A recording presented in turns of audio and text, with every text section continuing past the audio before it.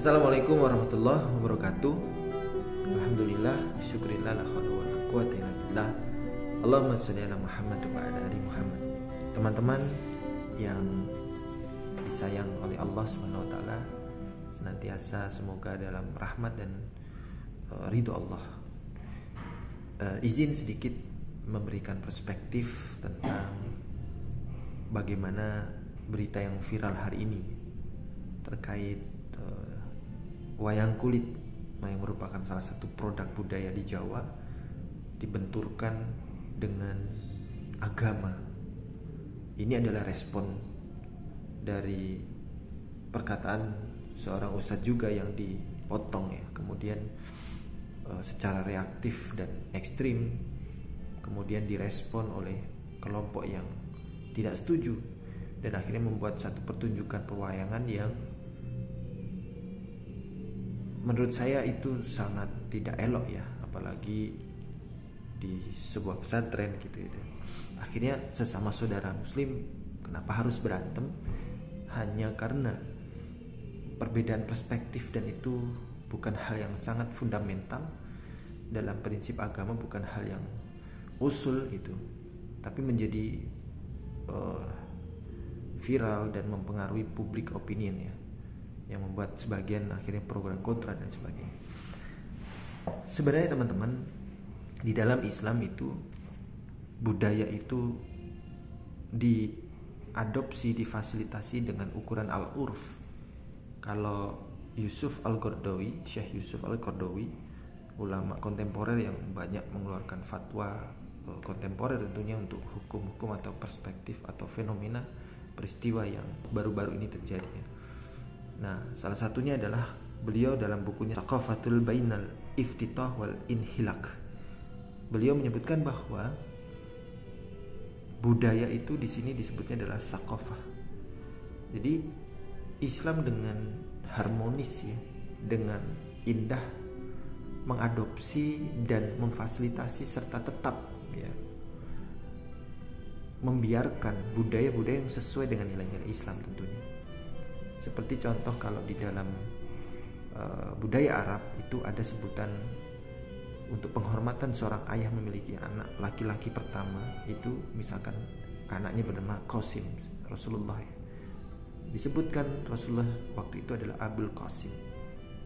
Nah, ini bukan produk wahyu, bukan syariat Islam, tapi dipakai kemudian digunakan oleh Rasulullah. Maka ini menjadi bagian dari budaya yang diakui atau bersesuaian dengan syariat Islam, dan itu boleh. Kemudian budaya yang lain dari dulu, setiap zaman manusia ya, peradaban manusia dari sejak zaman Nabi dan Rasul dahulu sampai hari ini, mungkin ada orang-orang yang punya karakter raja, punya karakter pemimpin yang kuat. Budaya dahulu para raja itu memiliki istri lebih dari satu, bahkan puluhan.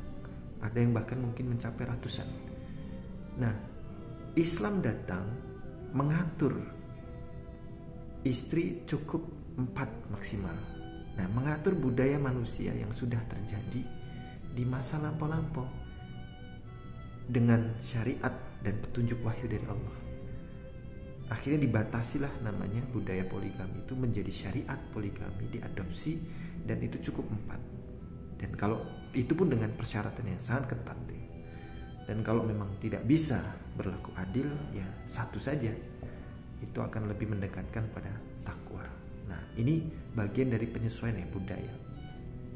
Lalu ada lagi budaya di Mesir tentang menghanyutkan anak perempuan, gadis, agar sungai Nil itu mengalir.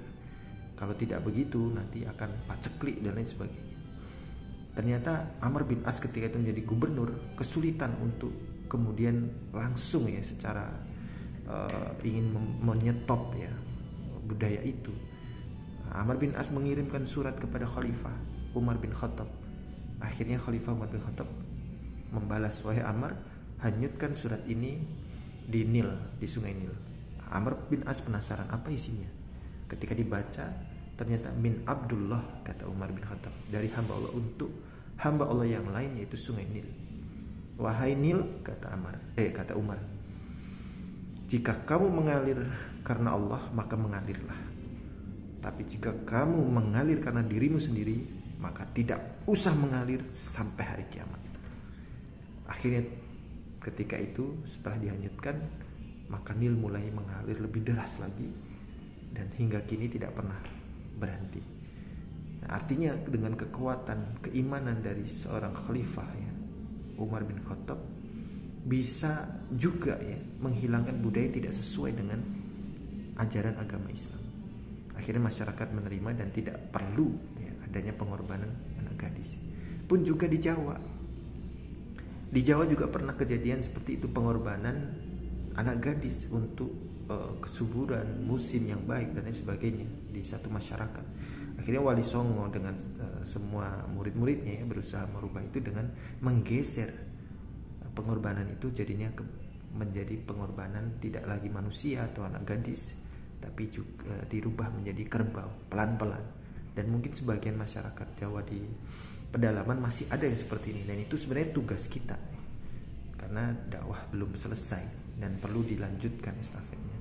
Artinya ketika karena budaya masyarakat itu adalah satu produk cipta rasa dan karsa dari satu masyarakat tertentu, bisa jadi dalam adat istiadat dan budaya itu kita bisa masuk sebagai pembawa risalah gitu ya, untuk kemudian mendapatkan mereka menjadi jalan mendapatkan wahyu dari Allah Subhanahu wa taala. Bisa jadi salah satu contohnya wayang kulit ini yang sedang viral dibahas. Kalau teman-teman tahu, bapak saya seorang dalang, pernah bercerita juga dan dengan beberapa dalang yang memang berhaluan. Alhamdulillah ya, secara ilmu agama juga meskipun masih banyak belajar tapi adalah gitu. Itu menceritakan tentang bagaimana kisah Pendawa Lima. Pendawa Lima ini adalah kalau dalam dakwahnya Sunan Kalijogo ya, itu 5 bersaudara ini terdiri dari Yudhistira. Dia itu kalem, behind the scene, tidak suka tampak orang. Tapi kalau sudah diusik prinsipnya, maka dia akan marah sampai menggetarkan bumi dan nirwana. Apa yang menjadi korelasi dengan nilai-nilai Islam? Ternyata ini adalah karakter tauhid, akidah. Kalau diusik, maka kita harus menjaganya dengan kuat. Yudhistira juga seperti itu. Kalau sudah terusik, dia akan menjadi makhluk yang berbeda dengan karakter aslinya yang kalem atau yang behind the scene gitu, yang tidak mau nampak. Dia akan dengan keras atau dengan tegas tampak dan menggetarkan sampai nirwana dan menjadi makhluk yang namanya Puntadewa. Nah, yang kedua adalah Bima. Bima itu secara karakter dia tidak bisa bahasa selain bahasa yang dia pahami. Ya, dia kalau misalnya bisanya bahasa Jawa ngoko gitu ya, maka dia kalau mau berkomunikasi atau orang lain mau ngobrol sama Bima, kita harus paham bahasanya Bima. Nggak bisa pakai bahasa Inggris misalnya atau bahasa Jawa yang halus gitu. Itu karakter ini sama seperti syariat yang namanya sholat. Sholat tidak mungkin kita menggunakan bahasa selain bahasa Arab. Maka kita lah yang harus menyesuaikan untuk bisa melafadzkan bacaan-bacaan dalam sholat dengan bahasa Arab.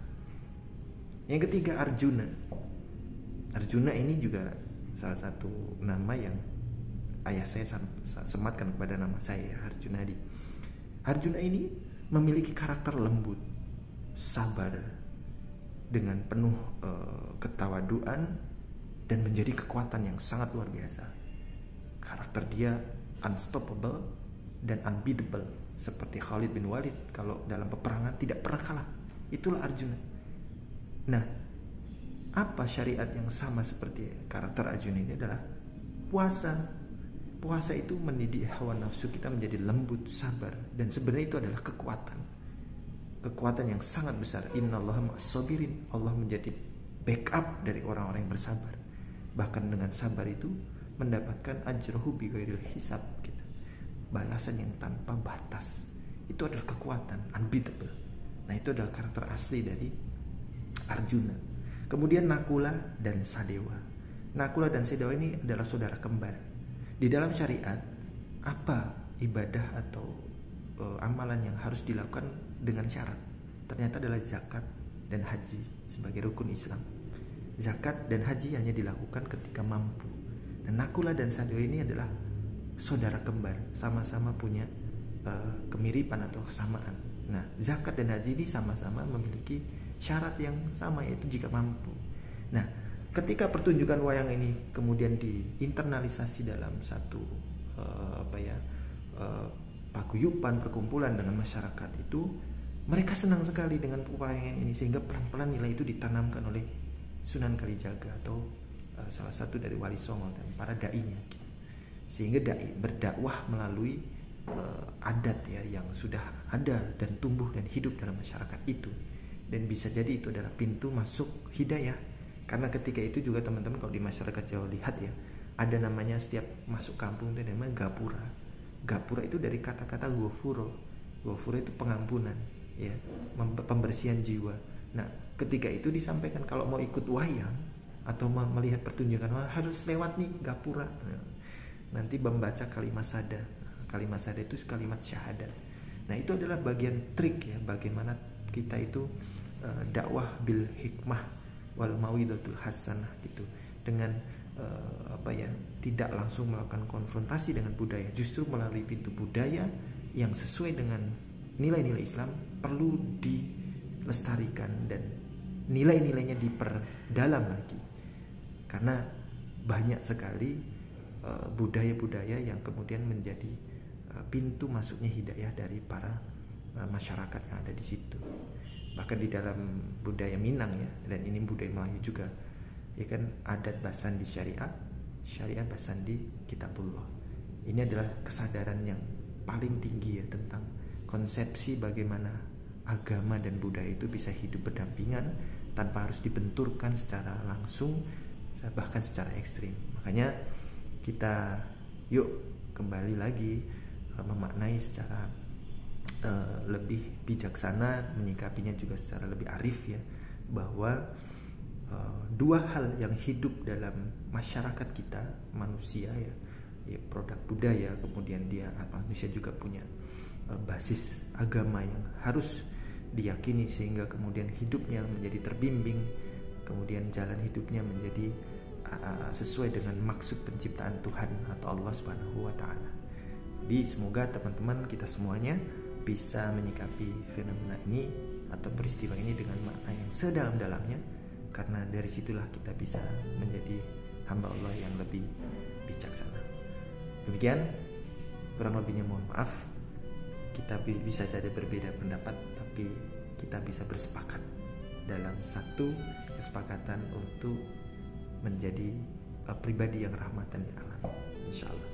Assalamualaikum warahmatullahi wabarakatuh.